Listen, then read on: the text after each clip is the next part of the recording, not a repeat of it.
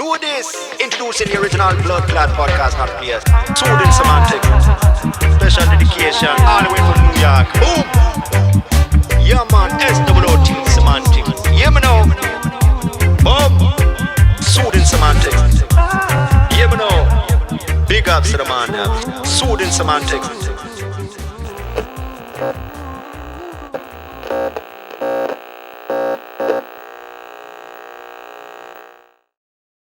It's a wonderful Wednesday morning. Another episode of Soothing Semantics. I am your host, Rafi Pinsky. Today we have Shlomi Zions. Is that how I pronounce your last name? Zions. Zions, okay. Like the elders of Zions, okay. Well, yeah. Hoping you weren't going to go there, but... Okay, we won't go there. Anyways, so I wanted to... I've been speaking with you for a couple of weeks now, I'd say. Yeah. Pretty persistent. Yeah, I really admire that, by the way. Like, anyone who does that, to me, will get a response, and I'll try to help them with everything. You have to be persistent, it's so important. I've noticed that in my life, I've noticed that in general, and it depends with who, it depends how, but I think I articulate it pretty well. I'm not going to be waiting outside your house, but it's the kind of thing where if I see there can be great conversation and we can collaborate, I'm going to try. Or you also wrote something along the lines like, I'm not going to stop until you're on my podcast. And I'm like, yeah, I like this. This is good. You're not the first one, by the way. I'm doing another episode later, hopefully, with Natan Levy. I don't know if you've ever heard of him. Natan Levy just signed a contract with the UFC. Familiar with the UFC? Yeah. Right. So he's the third Israeli to join. Oh, cool. I did the same thing with him. I DM'd him. I said, listen, man, you might as well just agree now, because otherwise, And then we ended up talking, and he agreed, and here we are. So hopefully we're going to do it later, at around 10 p.m. Eastern, which is 7 p.m. this time. So, without further ado, wanted to go into your childhood a bit, because I know you mentioned you grew up in Canada, Toronto specifically, right? Yeah. Okay, so how was that? I've been to Canada once. I didn't see any Hasidim there. I know I'm catering to a crowd that's probably mostly not Jewish. So Hasidim are simply Hasidic Jews, or ultra-Orthodox Jews, as people refer them as. How would you say the Hasidic community differs from the Hasidic community in, say, in New York? So, I hope nobody's going to be offended by this question on either side. But basically, or not the question, it's more of my answer. Hasidism really is, the essence of it is just serving God with joy. I like to say it's like Judaism with gravy. It's like that extra bit. It's going the extra mile, trying to do a little bit more than you thought you could do. It's about pushing your limits to serve God in a greater way. So the general idea is that Hasidic people are happier. Like, you're supposed to bring a lot of happiness into your life, and serve God with happiness, and be nice to others, and see the good in everybody. That's what the Baal Shem Tov, the founder of the Hasidic movement, wanted. So I think those are the things that people try to focus on. There also is a lot of external factors which is easier to see. So most of them wear black and white, and some people say they look like zebras or penguins because it's all the same colors or whatever. But in my opinion, they're really very colorful people inside, and sometimes it's hard for the media to see that. Okay, so in Toronto, where I grew up, where were you when you went to Canada? Where did you go? I'm pretty sure this was when I was a kid. Montreal, I'm pretty sure. So there's a lot more Hasidim in Montreal than there are in Toronto. But anyway, and Montreal is a little bit, I'd say it's closer to New York in the sense of how the Hasidim live and operate there. There are large communities. There's probably 5,000 or 10,000 Hasidim in Montreal. So the larger the community gets, the more systemized it'll be. So there'll be much more. Every Hasidic sect will have their own shul, and then their own synagogue, so you're going to see less of the color, the bigger the community gets. When you go to smaller communities, like we have in Toronto, there were like 3 Hasidic shuls, synagogues that weren't connected to Chabad, and Chabad is also more colorful. Is there one main sect though, Satmar Bells? In Toronto it's basically both. Okay. So that's where we grew up. And we had people in ponytails praying at our shul. And we had, it was quite a colorful place. So in a way, you'd see less of that in Williamsburg or in by me, by the way. Sorry? I lived by a Hasidic community back in Brooklyn, and they were Baba for Hasidim, or Hasidic. In Borough Park? Right near Kensington. I don't know if you're familiar with that neighborhood. Ocean Parkway and Avenue 8, the Avenue H area. Okay. So, quite sure they were Baba for Hasidim. And the shul always had random people. Jeans, occasional shorts, occasional, maybe that's... Was it like the flagship public shul, or was it a smaller one? It was a big shul. I don't know if it was the main one. At Ocean Park, really? No, it must. I'm sure it's not the main one, but I think it is. Yeah. Anything could be. I don't know, but anyway, you're I'd say the upbringing that I went through in Toronto, and the Hasidic community in Toronto in general, was not as sheltered as the one in New York. So the kids who come out of there will speak a little bit of better English, and our English studies program in school was probably better than the ones they have in Brooklyn. And it's not very different. It's just a little bit lighter. okay. Because I have to be very transparent. When I saw you on YouTube, and I saw you how articulate you were, I was kind of like confused. And you have articulate, like I said, I grew up and worked around Hasidim, but most of the time, because they learn Yiddish when they're younger, they don't necessarily have as much of an articulate English, at least not until many years later. So when I heard yours, I said, oh, it must be from out of town, maybe. Yes, I get that a lot. It does have to do with being from out of town. It's also that we spoke English in the house. I think we spoke English when I was like 4 or 5 years old, and we switched over to English. I'm not sure why, but I guess that has something to do with it. I read a lot. I don't know. It's just back to life. But I think today there are a lot of, I'm seeing a lot of my peers who have a similar level of English, and I think that's getting better. Seems that way. Definitely seems that way. I'm kind of noticing that too. So, what brought you from Toronto to go on this journey of adventure? You take your family along on a lot of these trips? As often as I can, I do. It's like my wife still hasn't agreed to go to Saudi Arabia. I hope for one day she will. She wants to go to Dubai now. That's something we're going to try to do in the next few weeks. Awesome. But I took her to Egypt once. We try to travel as a family as much as possible because I want to spend time with the family. Just sometimes it isn't practical, and certain places I'm not going to take my kids on a crazy jeep ride through the mountains of Afghanistan to meet warlords. I'm just going to leave them, at home with their mother where they should be. Why not? Yeah, I don't think they're ready for it. Need a little bit of. It's wild that you did this? Yeah. That's wild. Especially, yeah, that's amazing. I would love to do that, but for me it's not. You're clearly Jewish. Yeah, so I did have to disguise myself a little bit. Do you think that would be very problematic if they did? I'd rather not find out, honestly. Worst case, you get waterboarded a couple of times. It's not the end of the world.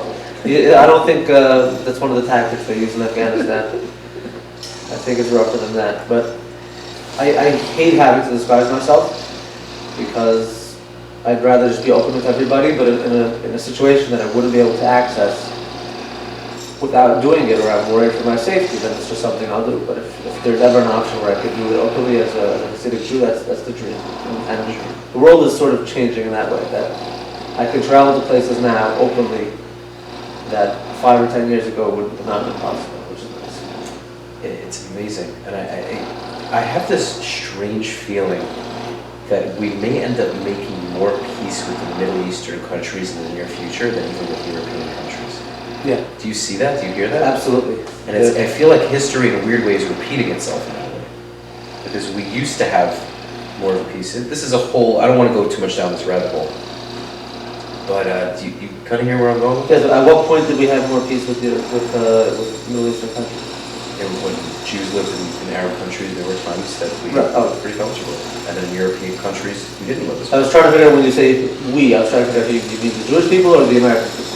Jewish people. The Jewish people, okay. Yeah. Yeah, so. When I say we, just want to be very clear, I mean, you're not originally American. When I say we, I'm referring to you and I as being Jewish? Okay, well, I happen to actually be originally American. I was born in Brooklyn. Oh, okay. But anyway, that's not the point. Yeah, so I think you're definitely right there. There are a lot of clashes that we have with Europe right now.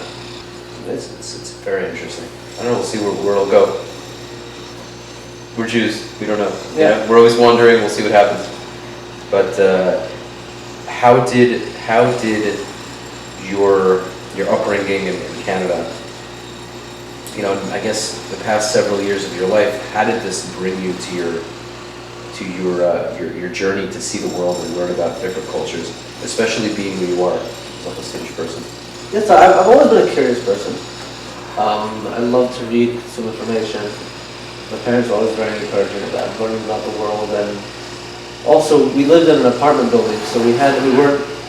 I think a lot of the building was Jewish, but there were also plenty of other people. So we had like Pakistani neighbors on our floor, and they were very nice to us. We were very nice to them. I remember one Shabbos we had a problem in the kitchen, and the mother came over. You know, she was our Shabbos goy, right? So they helped us with that. It was just like good, friendly people, and I learned that basically there are good people all over, and you don't have to live in fear of all your neighbors and whatever. Even though the media will try to tell you that everyone's bad and everything's bad, if you turn on the news for an hour, just watch or listen to the news for an hour, and you're just going to see, I'd say 70 or 80% of what you consume in that hour is going to be negativity.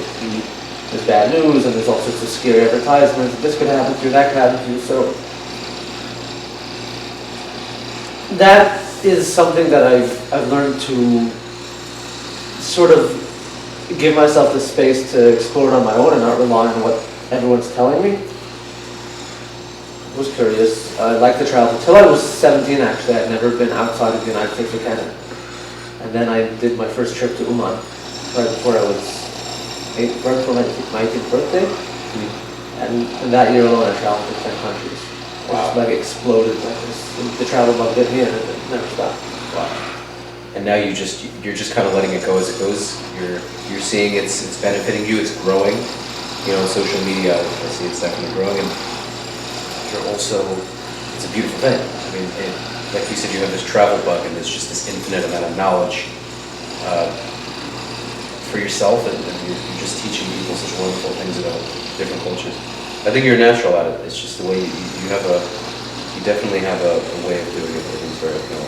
Thank you. This is a very, very recent development. Like I was traveling for fun until less than 3 years ago. And then it started as work because the magazine I worked for, Ami Magazine. Oh, you work for Ami? Yeah. Oh, that's so cool. So they started sending me on these trips. And then the trips sort of took on a life of their own where I realized that nobody's talking about how we're really not all enemies and we can sort of all get along. It doesn't matter who you are. If you have that little bit of humanity, that little piece of godliness within you, then you can connect with someone else who's very, very different. And even people who are perceived as your enemy.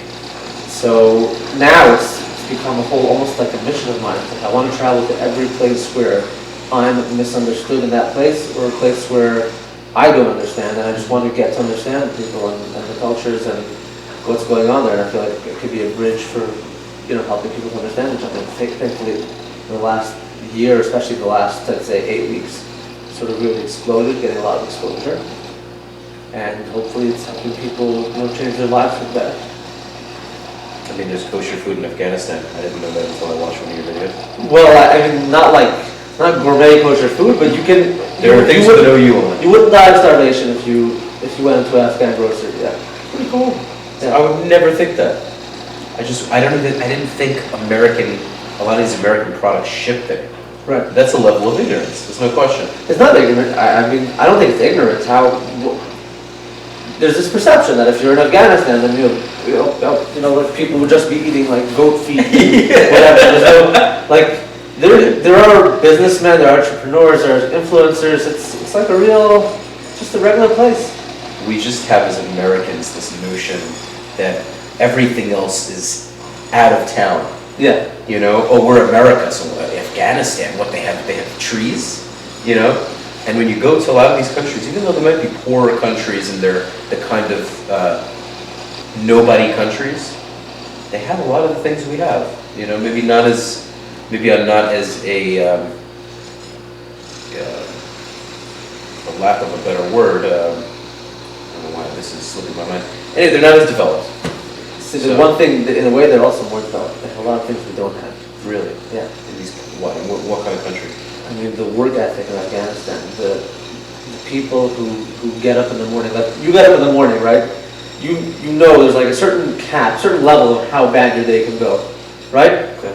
You can get into a fender bender, you know, you can have a rough day at work,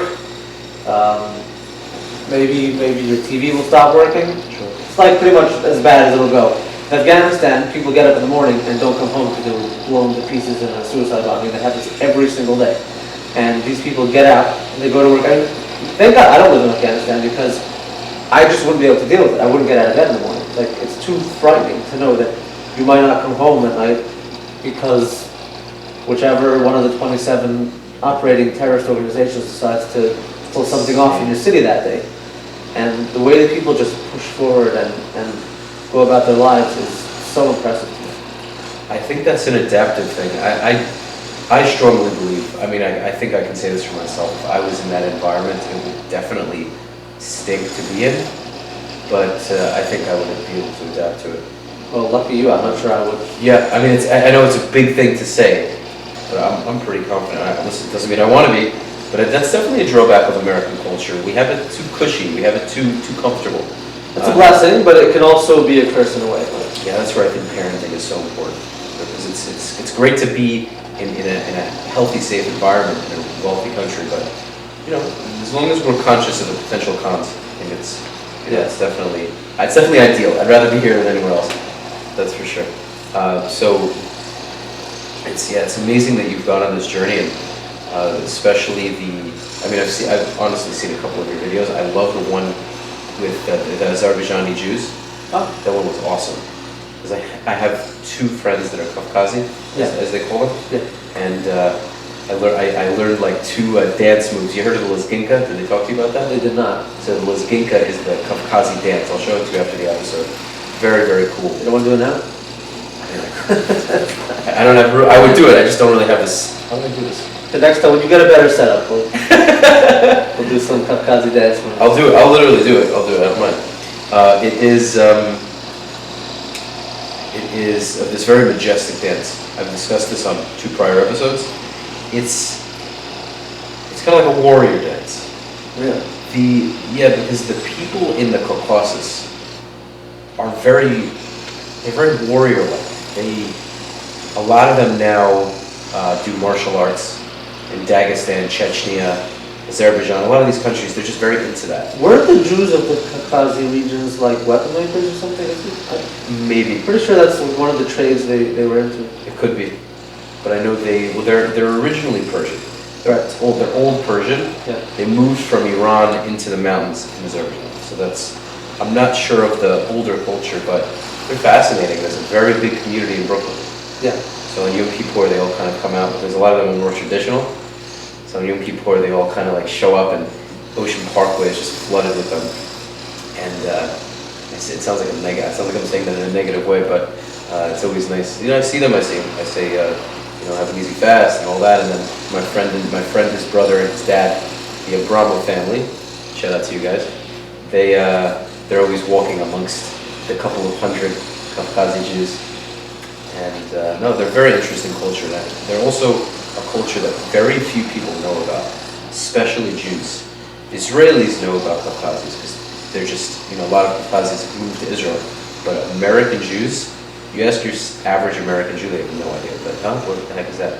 Right. So it's really a region that I want to go back to. And not just the Jewish. First of all, I only visited one Jewish town. There are other like similar places with smaller communities or whatever, but also the whole country of Azerbaijan. We want to go back. Like I put up this one. There are 2 videos on my channel from Azerbaijan. One's about the Kafkazi Jews, and the other one is about this Uber guy who tried to rip me off. I saw that. And like I got all these Azerbaijani people like hating on me, like, why did you put that up? We have such a nice country, and I bet they do. It's just an experience I had. Mm-hmm. But I was there for a very short time, so it was the only 2 experiences I had basically were this guy trying to rip me off, and then my 2 days with the Jews over there. So I want to go back and see more of that, and taken all the good parts, but Don't you live in Israel? You're not used to the cab drivers trying to pull down on you? I try not to take cabs in Israel too often, but I'm used to it. I don't know. It was just this guy really got me in the wrong way, and I was trying to save people from having this experience, and also whatever. It's just an experience I had. It's no big deal. I hope to go back and see the nicer sides of that country. Beautiful country, actually. Really beautiful. How did you even know he was trying to run you off? Just based on the price and the distance? Well, Uber gave me a price. Oh, I didn't even know they had Uber there. Yeah, sure. You see, there we go again. Yep. So This is why you do what you do? So Uber gave me this price, and I get into the car, and the guy's like, "Give me such and such amount of money, or we're not going anywhere." I said, "What do you mean, Uber?" So he said, "No, I need to pay for parking and at the hotel, whatever." I basically realized he was scamming me, and I asked him to not scam me, and he wouldn't agree. So I got out, and I called another guy who tried to do the same thing. And this was like 5 in the morning. I'd been up all night playing around, I was bombed, and I said to myself, if the third person does this too, I'm just gonna go for it. I'll just pay the price. It wasn't a ton of money, it was just the matter of principle. Yeah. So, and the third person was like, nice guy, just took me where I was supposed to go for the price that I was supposed to pay. So, yeah. Okay. Yeah, I mean, one of my friends did say that there's a lot of corruption there, and he was born there. No, but I don't think it's Azerbaijani thing. I think it's in general all of, I shouldn't say all. There are a lot of issues of corruption in Eastern Europe, Central Asia, whatever. Just something that comes with women. It's kind of like the chicken and the egg thing, where is it poor because there's so much corruption, or is it corrupt because it's so poor? I mean, it's kind of back and forth. Where does it end? Where does it start? You know what I'm saying? Sure. So, where do you plan to go to next? That's a very good question. I don't know. It's weird because sometimes I get this feeling like the country is calling me, and then I just go. It's not like it's based on anything specifically. It's just when I start feeling a vibe coming from a certain country, I just get on the plane and go there. What gives you that vibe? Just something in your brain just connects to it. So it could be I'll see an interesting picture or video from that place, or someone will tell me something about the place, or I don't think this can be controlled. I think it's a very spiritual thing, by the way. Renato Nebraska talks about this thing where if a person gets a vibe that they're supposed to go somewhere, they must go. You need to go. This is part of your destiny because there's some good deed, some mitzvah that you have to do there. Wow. And that's why you're being called. And if you don't go, he says, you're going to end up there in chains. That's. You really think that? Yeah. And he continues to say that the only reason you should not go is if you don't think you're going to be able to control yourself from sinning in any way on the journey, then don't go. Other than that, it's a good thing to go. You know what? That's what kind of you just put this perspective into my mind. It's I want to travel to so many places. Yeah. But I'm so focused on work right now. And I'm going to travel, but I don't know. I have all these callings. I would spend the next 2 years traveling, but I don't know. That doesn't sound like this morning for me. If then again you did it and it worked out for you, and you kind of created a business from it. But being that I like what I do, I don't know if that's. But yeah, it's very interesting. I'm going to be thinking about that a little bit today. Because you say I created a business from it or whatever, but this is something I was doing long before it was a business. Right. I just had this calling, and then it almost feels like I don't have a choice. It's like not me controlling it. This thing comes, and then I'm compelled to go. So right now I'm getting Pakistan vibes. Last night I was eating dinner with someone. You haven't been? No, not yet. And a couple who just moved from Muncie, New York to Florida. They're here in Miami. Can you imagine that? That'd be The weather's nice over there. Yeah. They have really good goat feet. They're looking for a kosher butcher. A lot of opportunities available. So I was talking to this man, and I was like, someone I know, and I said, would you like to go to Colombia on Sunday morning? And now we're talking about it. It's just something that came up, and I maybe we'll do it. I don't know. It's all about the vibe that I'm getting. I love how spontaneous that is. But for you, it's a spiritual connection that you feel it. As soon as you get that calling, you need to respond to the calling. So yeah, but sometimes it goes away. Sometimes I'll get it for a couple of hours, and then if the calling continues, if it persists, like you, that's it. I'm supposed to be here. It's not just about traveling like out of town or whatever. It has to do with the people in your life. And I mean, he doesn't write this, but I'm taking it a step further. It's like I'm very into my instincts, and sometimes I'll get a bad vibe from someone. I want to have nothing to do with them. Sometimes I'll see somebody on the subway, be like some weird red-headed Irish guy, and be like, I don't know why, but for some reason, this person and I need to connect. This is just. By the way, this I can totally relate to you on, because I'll randomly talk to people all the time. I'm a schmoozer. I love how many times in my life I have just decided to talk to someone, and the conversation we had blew me away. Yeah. Countless times, and I know you have this. I know you have the same experience. I mean, I'm not going to say there are bad instincts and good instincts. I don't want to go into that, but you just have to. If you do everything with your instincts, you likely end up in prison or dead. Okay. So there has to be with with a grain of salt and pepper and whatever. But as a general rule, I follow my instincts very closely. That's good. There's definitely important that you have a balance. And you kind of know when something doesn't seem. I hope so, and I hope God will continue to give you that gift. But the warlords seem like a safe idea, so I mean. Yeah, well, they're actually really nice people, and the guy who took me there, like someone who knew them. But in general, there are a lot of situations that I've walked into voluntarily that probably could have ended very not well. But I believe there's a spiritual thing going on here. I have a calling, and this is something I need to do. It's beautiful. I'm definitely going to tune into one of your videos. I was thinking, would you maybe want to go to France to try to see if you can get more of an understanding about all the anti-Semitism? Maybe even to meet with some leaders in the Arab community, maybe in Marseille or Paris. It's kind of a scary thing to do. I don't know if you would go openly as a Hasid, but that's it's so bad there. I know I have a lot of French friends I was in the army with, and they were telling me that. Tell me, you really can't walk around there with a kippah unless you're in a quieter area, like a quieter village. But if you're in the main streets in Paris, it can be pretty bad. So again, I don't want to disregard anybody's caution, and I'm not suggesting that anybody does this. I was in Paris about a year and a half ago with my wife and kid. Yeah, then we only had one child, and I walked around openly as a Hasidic Jew and all over Paris. Apparently there are some no-go zones where like Red Deer could be really dangerous. I don't think I walked into any of them, but I was at Eiffel Tower and all the tourist spots and whatever. Absolutely no issue. But I do know that there is a lot of anti-Semitism in France, which is why I'm not trying to say my experience is the only way it works. Right. I'm sure there are others. Regarding meeting with the Muslim community over there, first of all, I'm not sure that, and I could be wrong again, I'm not sure that all the anti-Semitism that comes from the Muslims in France. I'm pretty sure the French have plenty of their own going on. Sure.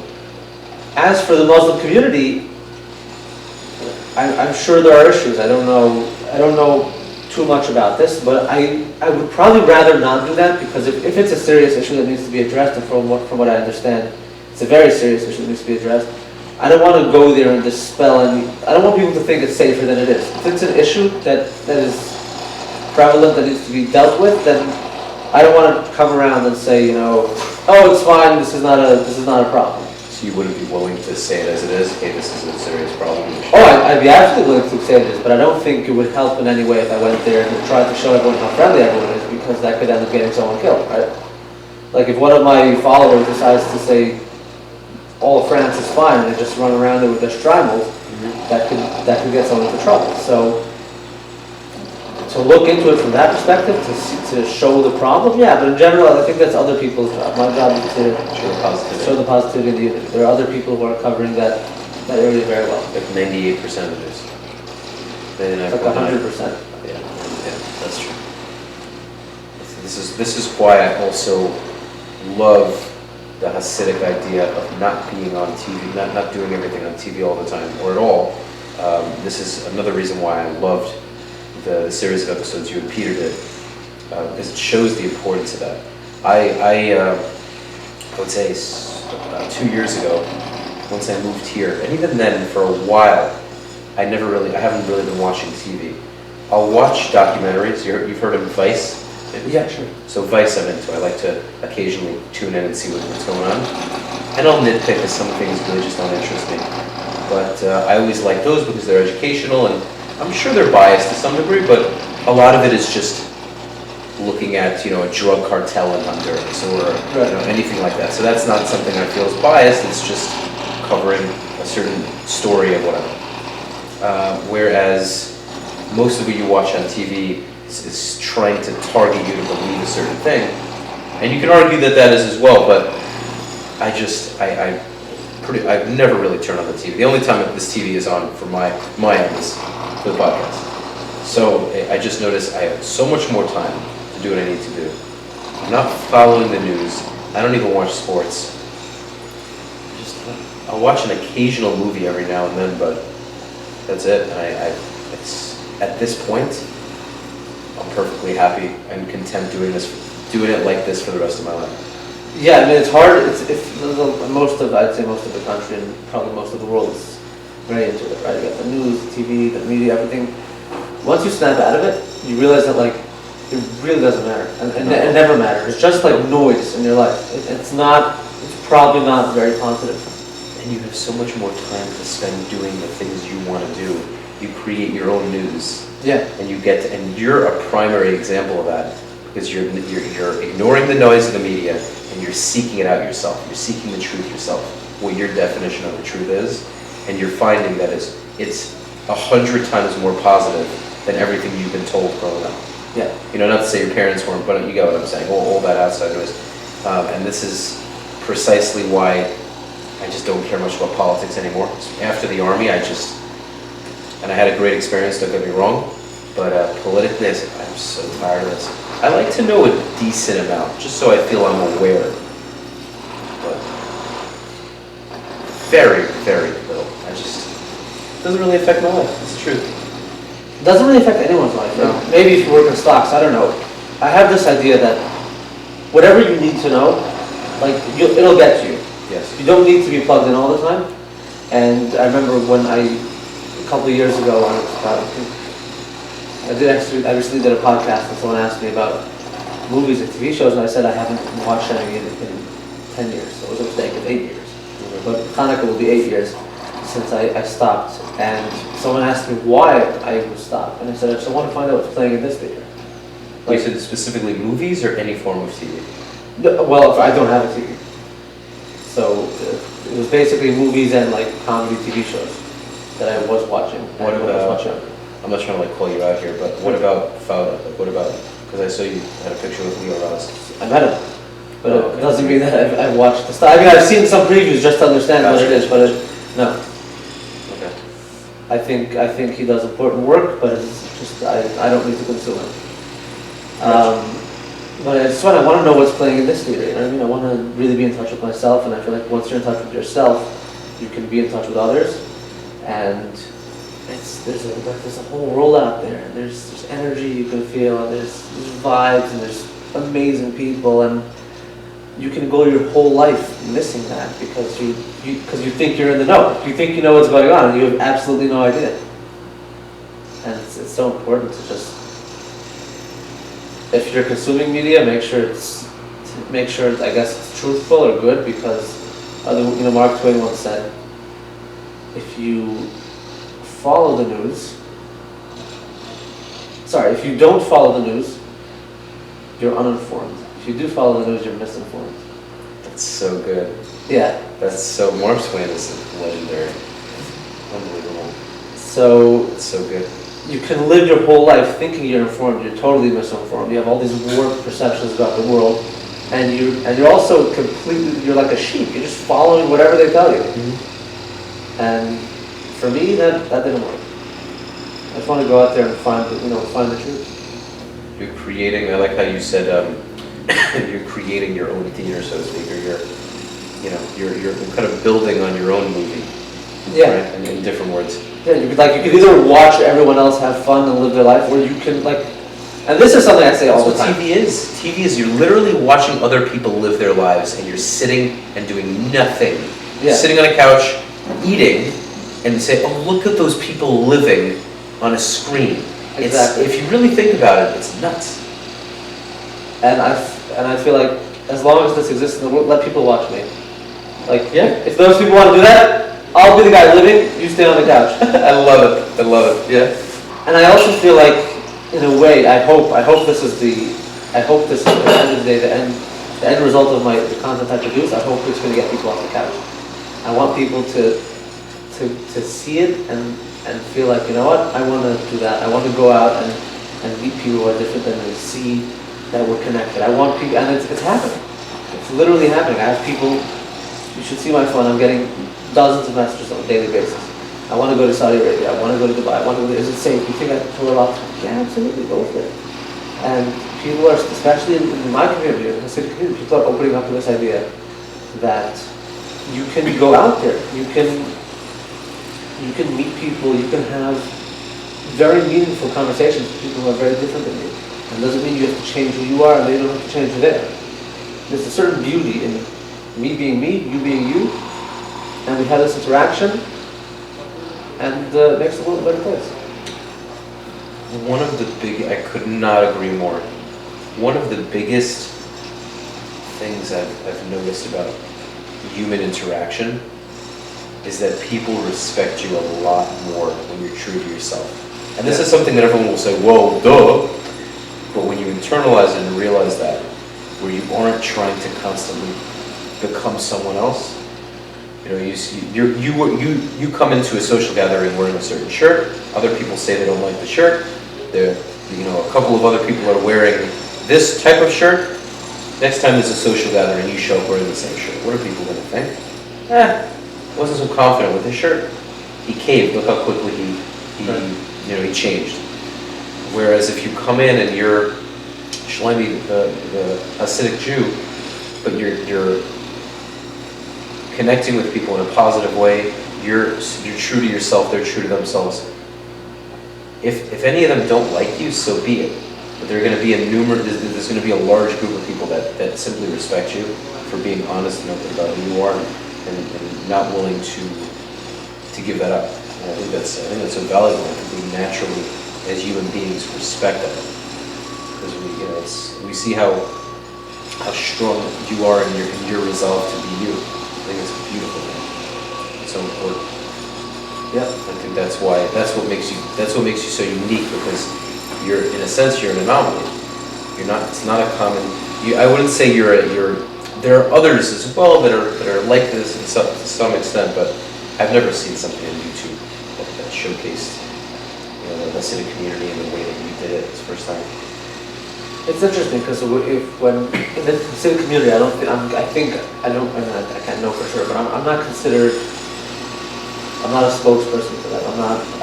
This has nothing to do with me. It's just, I brought someone into the world that I live in, but I'm not, nobody asked me to do this, I'm not a representative, I don't have any special talent to do this, it's just me and him having an interaction, Peter. I think it kind of became pretty big. It did become pretty big. big. You have over 1 million views on each one? At least one of them? The first video has 5. 5 million? 1.5 on YouTube and 3.5 on Facebook. And it's going to grow. It's going to grow, and we have another 10 episodes coming out. So it's going to be very big. But the idea is that I'm very comfortable with my skin. I really am, and I feel that even though maybe I didn't do a perfect job, I don't know everything. He didn't ask me too many complicated questions. I'm more or less able to answer everything. But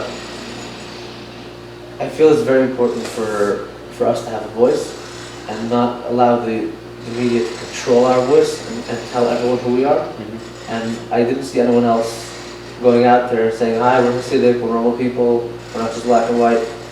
So when this opportunity came up, I just went for it. But this was a big surprise to me. I didn't think it would be this big. I wasn't even sure if I'd be in the videos. I just thought Peter was going to be in it and I was going to take him around. He would see. How did you connect? How did you guys even collaborate? How did you connect? So, first of all, for the people who don't know what this is, we should probably just tell them. Definitely. So, you explain it. It's all you. So, basically, there's this guy named Peter Santinella. He travels around the world. A lot of cool places that I've either been to or would like to go to, and he put out a message on his Instagram stories, and he just wrote like, he's going to be in New York City, and he wants to know if anyone has any cool story ideas for him. So I saw the message. It was like a couple minutes before Shabbos, and I just sent him a DM. I said, hey, if you want to come to the Hasidic community in Brooklyn, I'd love to show you around. And I didn't think anything of it. I didn't think anyone would answer me. And like 5 minutes later, he was like, yeah, let's do it. So we set a date, and I took him to a couple places. Again, I really didn't think I would have a part of this. I just thought, because most of his videos is just him walking around. I don't know if there's somebody with him or not, but maybe he has a guide, maybe he doesn't. But it turned into this huge thing. There's probably, I think all the videos combined now probably have close to 10 million views. If they don't now, they will in a week or two. Oh, that's insane. And there's another 10 episodes coming out, a lot of cool stuff coming. And I hope that I was able to do a service to the world by showing just basically just humanity. I don't even care if it comes out good, if it doesn't come out good. The idea that every time Hasidic Jews are covered in the media, it's just bad. And it almost feels like the media owns that narrative. Like, this is what Hasidic Jews are. And thank God we've been able to open up the eyes of millions of people to the idea that Hasidim are just human beings like everyone else. And yeah, it's a very interesting series. If you haven't seen it yet, go to YouTube. I've definitely seen a few, and they were incredible. I'm going to look at more of them, but I implore all of you to look at them, to go to Shlomi's page. I'm going to attach a link. And they're actually not on my page, they're on his page. That's true. That's true. They're on Peterson's. Please go to my page as well. Yeah. I have a lot of interest. But yeah, I'll attach a link to both. But I mean, they're absolutely fascinating. I sat through 2 of them. yeah. I'm gonna look at more for sure. But it wasn't even something that I had to like push myself to watch. It was really mind blowing. I love the one with I forget his name. I think one of the guys called you dangerous. Was that the joke? Somebody called you dangerous. That's hilarious. And then you're a pretty dangerous guy. But it's funny. I just hope people don't get the wrong idea. Like, I'm really not a dangerous guy. The reason people call me dangerous is because I hang out. Is this the new nickname? Is this the new joke now? Like a lot of people that know you, they're like, "Shlomi, don't hurt anybody." It took on like a life of its own. Like I went somewhere else to film something with Peter, and they're like, "Oh, there's the dangerous guy again." Whatever. Yeah, just because I'm like, if I do get to know you better and do the, I'm so the type where I'm gonna milk the joke. Like I'm just gonna, anytime I see you, I'm gonna like hide behind like a fence or something. Yeah. It's very much my thing. So, yeah, no, it's wonderful, and I look forward to more episodes. I think this is going to become. You're already doing quite well, and I think you have a knack for this. I really do, and I think the most important thing, just like me and my podcast, is that you love what you're doing. You absolutely love it, and you have a calling to it. And for you, I'm sure it gets difficult and takes up a lot of your time, but when you love it, it's almost as if it doesn't work. I mean, wouldn't you agree? I can't live any other way. Right. It's just, this is the way it has to be. I'm a weird guy because I have all these things, but as soon as something calls me and I feel it, I'm all in. Like, I hope weight loss is going to call me soon because I should be 65 pounds lighter. But I'm this all or nothing guy. When it comes, oh yeah, let's have it. That'll also be, but I'm going to be real here. Not common to see a jacked chassid. They exist. Very rarely. Have you seen any? Oh, what? A jacked, like a ripped chassid? Oh, yeah, yeah, sure. Really? Yeah, I know a lot of Hasidim are ripped. Really? I have a brother-in-law who's so ripped. Yeah. Huh. I mean, granted, most of them are wearing, a bekashe, the Hasidic outfit. But yeah, interesting. Yeah, because it's not something that's a communal focus. Like, you don't see anybody talking about health and wellness or fitness in the community. I think that should be stressed more, to be honest. I think there's definitely room for that, and I agree with you on that one, sure. But there are people, individuals, who say, you know what, I don't care if the community's not focused on it. I want to be healthy, or I want to look good, or whatever their reason for it is. Yeah, there's a lot of Hasidim who work out at the gym every day. Yeah. I see that enough. I was thrown off one time when back when I lived in Brooklyn. I was coming back from the gym. My neighbor, who was Hasidic, good friend, really nice guy. This kid was such a sweet, smart kid. But the kid looked at me And the kid's like, oh, why do you have all those muscles? That's not Jewish. And I was like, what? And I know like his dad, I don't think his dad, because his dad was more of the modern kind of chassid, if you know what I mean. You know the term, but I'm not, you know what I mean, like the joke term. But he was very, very, very like down to earth kind of dude. Not to say that Hasidim aren't, but you know what I mean. Or maybe you don't. No, I know what I'm saying. Sure. Just kind of more of the modernized chassid. Anyway, so his son, very bright kid, made that statement, and I just said, I was kind of like taken aback, and I said, I don't get that. Like, that's so interesting that he has that perspective at such a young age, because maybe he's not used to seeing that. And I said, I don't even remember what I said. It was like a quick thing, but I said, this is me. This is taking care of my body. It's not something that isn't a Jewish thing. Right. And he was kind of like, oh, like he kind of understood me in a way. And I was like, that's so strange, you know?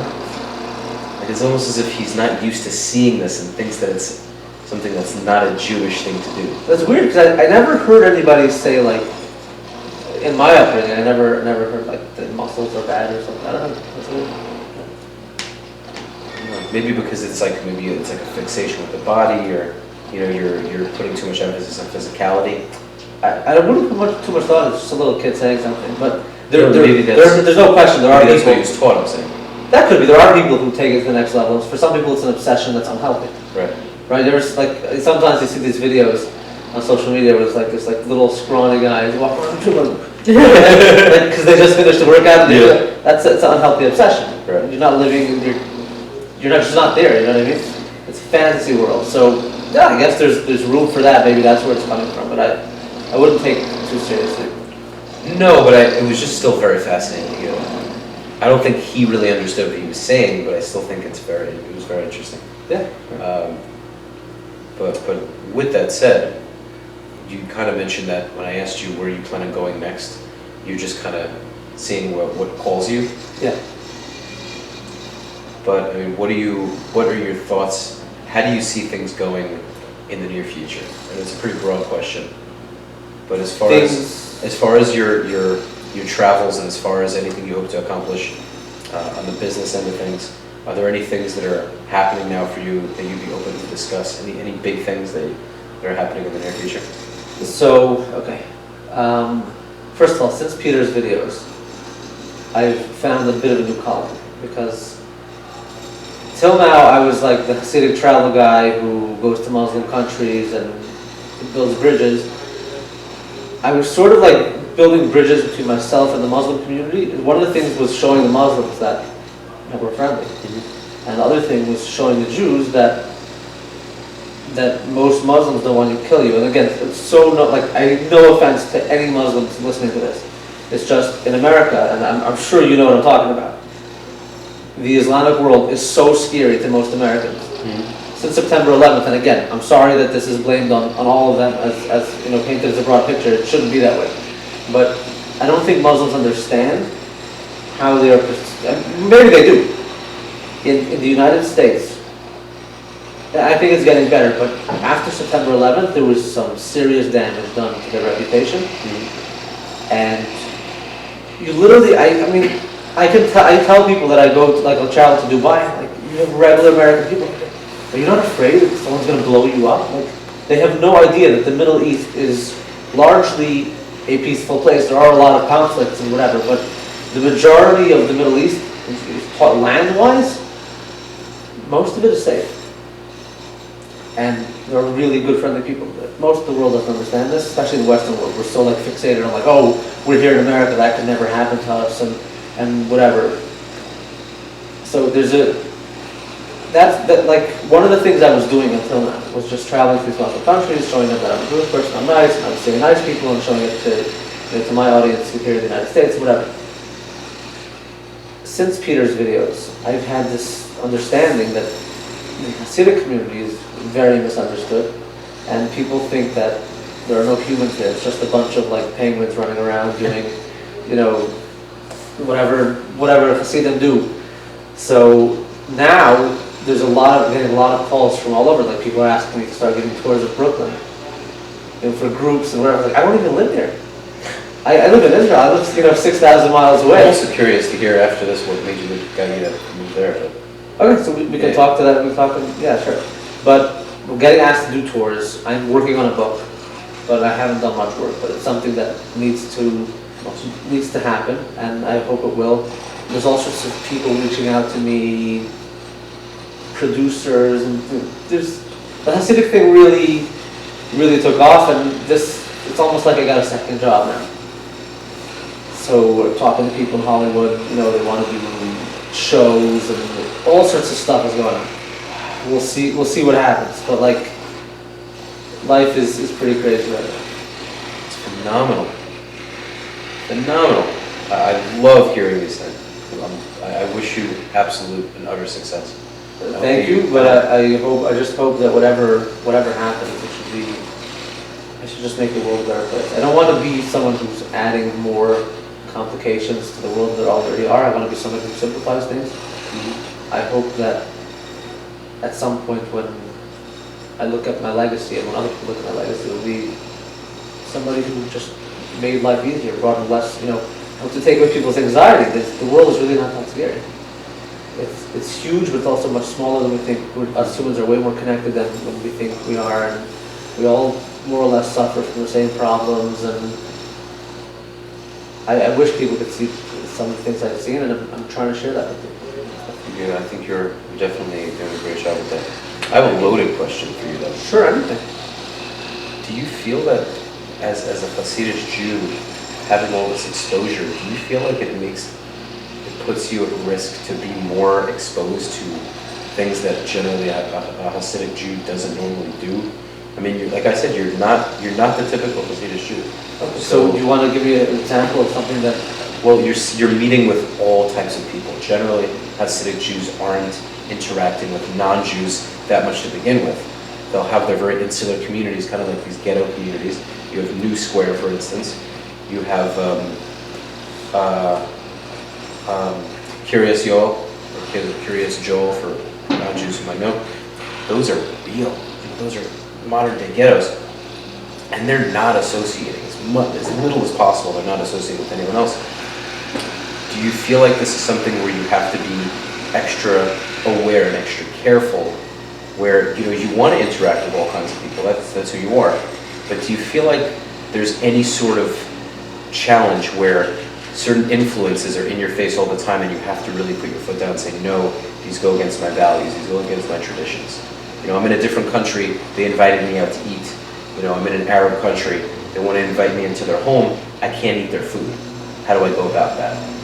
All of these things can be very, can really push against you get what I'm saying? Yeah, so there are two answers to this question. And the first one I'll say is this. I didn't know much about New Square or Curious Joel, to be honest. Mm-hmm. I grew up in the city community, but I grew up in Toronto, so I had been to New Square once, and Curious Joel also once. Guess who hires me to speak the most? Hasidim. New Square. Really? I've been there 4 or 5 times to speak in the last year and a half. And they want to hear about what I'm doing. Why? Because it's interesting. Right, but they don't give you any backlash? Not a drop. Why? I was surprised because I thought New Square was more insular than, and I went there and some of the friendliest people and really good people. And they just sit around, we talk about, we do these question and answer sessions, and it's awesome. And a lot of them travel a lot. They're an insular community, meaning that the way I see it is like a filter. Mm-hmm. It's like even you see them as insular, but what they're saying is, I think this is what I can't speak for them, I'm not their spokesperson. This is my understanding: is right here, we're living in this world. It's 2020. There are certain things that you need to deal with just to be a human being. You need to work. You need to produce for your family. You need to have certain interactions with the world. But they don't want to allow the entire world in to dictate how they should live, and there's all this faith and traditions that they want to keep very dear, and they don't want it to change. And I'm the same way. Mm-hmm. Maybe not on such a level, but in this sense, all Hasidic Jews are like we're not living in the heavens. We're here. We know we need to interact with the world, But there's this filter of how much we're going to allow the world to influence us, because in America, this idea of like you come to America and you assimilate with American society, right? You got off the boat at Ellis Island, Statue of Liberty, and then you assimilated. That's nice, okay. So wherever you go in the world, you need to adapt some of the things that are going on in the country that's hosting you or whatever. But if you allow the country to change you completely, then you lost yourself. So this insular thing, I don't think it's a bad thing. I think it's a good thing. You need to be true to yourself. They're saying this is who we are, and we're not going to allow anyone to change us. Doesn't mean they have anything against American society. It's not them. So I'm there all the time. I was just 2 or 3 weeks ago. I did a speaking gig there. Great people in the square, and now I was just called this week to Perry Straw to do the same thing. Am I worried that it's having some sort of influence on me, or do I need to be extra careful? Of course I need to be careful. I'm a Hasidic Jew. There's certain things I will never do. I'm not going to eat non-kosher food, no matter what happens. So I get invited to people's homes all the time. I'm in, I don't know, somewhere in Saudi Arabia, and they want to invite me into, like, say we're going to kill a camel and we're going to have dinner. I said, I really appreciate the offer, but I'm Jewish. I have strict dietary laws, so I appreciate it, and I would love to sit down with you. It's just something I can't do for religion, and they respect you so much. In the Middle East, if you refuse someone's invitation to a meal, that's like one of the biggest offenses you can do. But when you tell them the reason you're refusing, they have some respect for you, because I'm being true to myself. Right. Now, can I get involved in situations that could be dangerous? I'm sure that could happen. Any person who leaves their comfort zone, and I'm not staying, right? I'm everywhere but the Hasidic world. I live in the Hasidic world, but I'm spending a lot of time outside of it. So of course there are outside influences that could have an effect on me. I believe that I'm going to prevail. I think if you go 20, 30, 40, 50, 60 years down the line, I hope that I'm going to be this Hasidic Jew. I don't see any reason not to be. And I feel like in a way it gives me an advantage. I see the world in a Hasidic way, because I see the good in people.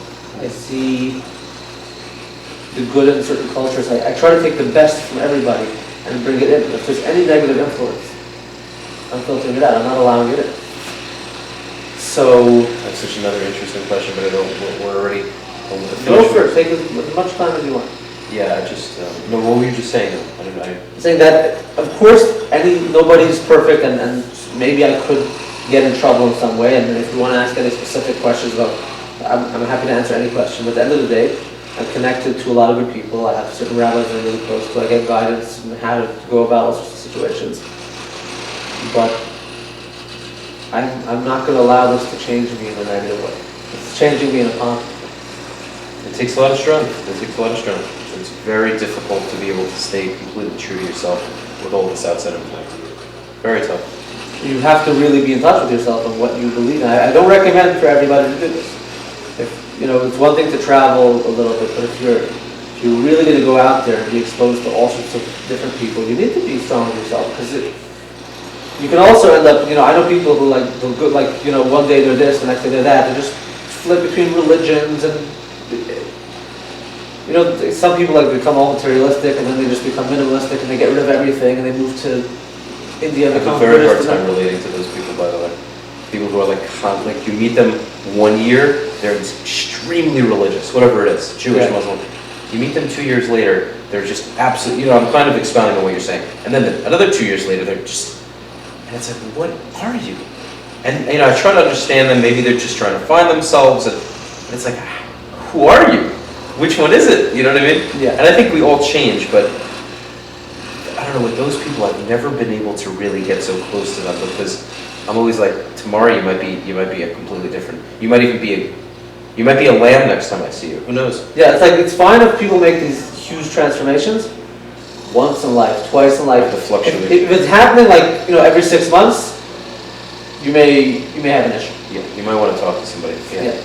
So the last thing I was thinking about was, because you were mentioning, you were answering this question about being strong, being true to yourself, and not allowing certain influences to change you, but then you said that you like to take all the positives from Yeah. different cultures. What are some positives, say from Arab culture? You know, they have they're extremely warm, and they make it. I've said this in another episode. They're some of the warmest people when it comes to inviting you into their home. They'll Yeah. treat you like family. So obviously, I'm sure you've taken that. But what are some things, briefly, that you can tell me that you've taken from certain cultures that you brought into your own house? So I can't say brought to my own house, because at the end of the day, you're just in charge of yourself. You can't make anyone else do anything. So when these things that I've taken from around the world, I try to like really internalize them and embody them, and then maybe other people will like it and take it. But it's not like I can, decide the house is doing this. So don't you do that though with your own? What you grew up Hasidic, your kids are now Hasidic, so you kind of are telling. You are in a way dictating how they're raised. Yeah, sure, but at the end of the day, they're their own people. I'm a parent, so I'm guiding them, trying to show them the way that I think is the best way. But you can't make anybody do anything. That was more of a challenging question, but I wanted to. Your answer is exactly how I see it. Beautiful. Yeah. So anyway, things that I've taken on from around the world. So the majority of my traveling right now has been, in the last few years, has been in the Arab world, the Muslim world. My goal is to visit every Arab and Muslim country in the world. And once I'm done with that, if I can get there, because there's a couple tough ones, then maybe we'll raise the goal to visit every country in the world. But for now, that's what I want to do. Things that I picked, first of all, people are very direct. No one just like, if someone wants to borrow money from you, they're not just going to be like, hey, how you doing? So I have this thing today, and I was just thinking, maybe. They just say, can I borrow I money? love people like that. I get along with blunt people, because Yeah. I'm very blunt. I get along with blunt people much better than people who kind of just, that's why Floridians, I get along with people generally very well, but I gravitate towards tri-staters. It's so funny, but it's just straight to the point. Yeah. We save all the butter and biscuits. We just go straight to it. It's so much easier. So that's why I relate. For instance, when I was in the army, I got along with Israelis beautifully, and I still do. A lot of my friends here are Israeli because they're it's a Middle Eastern mentality. It's just boom. Yeah, so I love that. Also, this idea of what I told you, the Afghani people, like waking up knowing they might get blown to smithereens. I'm going to work today. I'm going to make this happen. The family needs to eat. You said you can pull it off. I hope you never find out.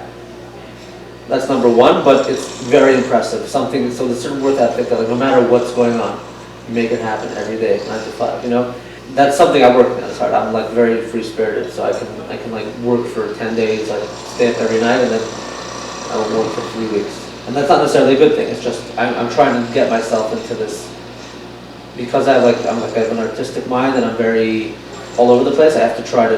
It's very hard for me to be grounded and do something persistently. So that's something I'm working on, and the Afghan people are a big inspiration to that. There's also the ideas of generosity you see in the Middle East, where like people are just really nice, really friendly. Something I try to take with me. They're so welcoming. They work fast. Like I've been to business meetings in Dubai, and I'll suggest an idea, and I'm like, you guys want to think about it? Yeah, let's do this tomorrow. People there work so fast. They don't wait on anything. It's as if the world is going to end. I'm like, wow. This is our last opportunity. Everything happens there so fast, that's how you win in life. I agree. Speed is very important. Yeah. Florida definitely has that problem. It's more laid back. Much more laid back, but I think I use that to my advantage, especially in real estate, because some of these agents are just like, don't you want to get this done? For me, it's insane. It's like, let's go, let's do this. And someone like, oh, let's just get to it tomorrow. And it's 6 p.m. What are you doing now? Some of them, they don't even have kids, they don't have family. They're like my age. I'm like, let's go. It just makes no sense. So I definitely take that with me from New York. And it's fine to be laid back, but it depends on what you want to accomplish. If you're trying to get things done, like you said, speed and efficiency are so important. Yeah, but those guys are like on a way higher level than New York. They're you have no idea how fast it is. Now I think one of the most important things that I've taken there, And this is also very big in the Jewish tradition, Hasidic tradition, but the family is like, it's almost like, you know, like these Italian families, like you mess with my family, oh, you're finished. There's respect for parents, something which is in decline in Western society. This is actually a big similarity that I'd say in the Orthodox Jewish world and the Muslim world, is that there's it's like the last people standing. There are some other communities, but there's a big influence on elders and respecting elders. They're wiser than you or whatever. That's a big thing. There's a lot of family get-togethers, a lot of family closeness. Really important stuff for like healthy upbringing. I mean, if a kid doesn't see a happy family, you're gonna have a harder time succeeding in life. These are facts. The people in the Middle East, they work hard, but they chill so hard. Like you just drive down any highway in Dubai or in Jeddah or anywhere in the Gulf, and you'll just see like this black road, sand dunes on the side. There's all these families just sitting like in the evening, drinking tea, smoking hookah, roasting their camels, just spread out on these carpets. And it's not just like in America on Sunday, you know, the family gets together. There's every day. They work all day, and then in the evening it's just relax and there's a certain like. That's like one of my goals, to be able to just like at the end of the day, I just want to like plop into bed, get the family in the car, take your Persian carpet, go out to the house, bring your goat, and just, you know, enjoy the time you have here. You're only here for a limited amount of time. Make it count. Make something happen. Sure. It's hard. It's hard in America, and I have that like work bug for sure, where I can definitely take more time to relax. But I'm just on such a mission. There's certain things that I want so badly. I'm very patient. I understand I'm not in it for instant gratification, but I understand that anything valuable and worth it will take time. But I want to try to get it sooner than later. And you know, so that's why I put a lot of work into what I'm doing. But do you ever feel like you need a break?